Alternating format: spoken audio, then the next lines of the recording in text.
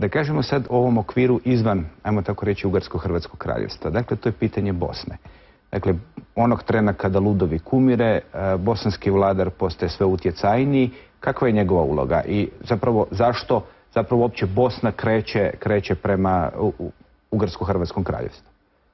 Pa tadašnji bosanski kralj Tvrtko je bio također vrlo sposoban vladar, vrlo uspješan i on je iskoristio s jedne strane slabljenje Srbije u ratovima sa Turcima, a s druge strane tu nestabilnu situaciju u Ugarsko-Hrvatskom kraljevstvu jer je vidio da zapravo kraljevska vlast ima vrlo malog utjecaja u samoj Hrvatskoj i tako mu se otvorila mogućnost da proširi svoju vlast na hrvatske teritorije.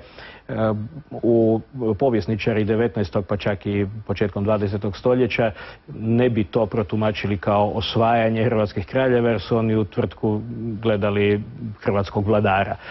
Pa im se to činilo možda prije kao oslobađanje hrvatskih krajeva od tuđinske vlasti. Danas naravno više ne bismo na to tako gledali. Tu se doista radi o tome da je bosanski kralj osvajao hrvatski teritorij, pripajao ga svome kraljevstvu iskoristivši dakle za njega povoljne okolnosti.